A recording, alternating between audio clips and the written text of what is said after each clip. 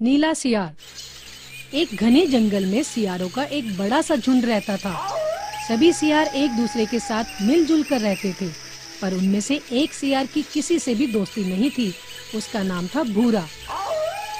भूरा सभी सियारों में अपने को अधिक बुद्धिमान और चतुर समझता था। वो हमेशा उनका मजाक बनाता और बाकी सियारों से कहता, मैं कितना बलिष्ठ और बुद्धिमान हूँ। तुम सबको मेरी पूजा करनी चाहिए। भूरा स्वभाव से झगड़ालू और ईर्ष्यालु भी था। वह कभी किसी का खाना झपट लेता तो कभी किसी की पूंछ काट लेता। इसलिए उसकी रोज किसी न किसी से लड़ाई भी होती थी। उसके इस बर्ताव से तंग आकर एक दिन सभी जानवरों ने उसे सबक सिखाने की सोची। हमें उसे पास वाले तालाब पे ढकेल देना चाहिए, तभी उसकी अकल ठिकाने आएगी।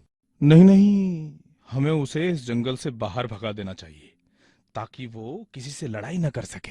कुछ देर तक सोचने के बाद सभी ने ये तय किया कि भूरा जब वापस आएगा तो उसकी डंडे से पिटाई करनी होगी। दोपहर का वक्त था और भूरा मस्ती में चलता हुआ आ रहा था।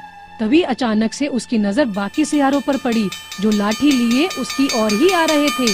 भूरा डर गया और वो धीरे धीरे उल्टा चलने लगा। उसे वापस जाता देख सभी जानवर उसकी ओर दौड़ने लगे और अब भूरा समझ चुका था कि सारे जानवर लाठी लेकर उसे ही मारने आ रहे हैं।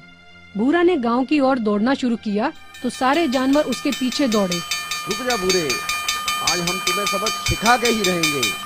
हाँ, आज तू बच नहीं पाएगा हमारे से।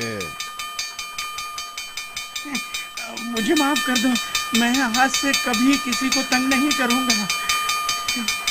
पर आज तो कोई उसे नहीं छोड़ना चाहता था। भूरा आगे आगे, जानवर पीछे पीछे।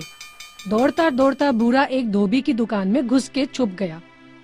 सभी जानवरों ने उसे बहुत ढूंढा, पर जब वह किसी को नहीं मिला तो सब जंगल की तरफ लौट गए।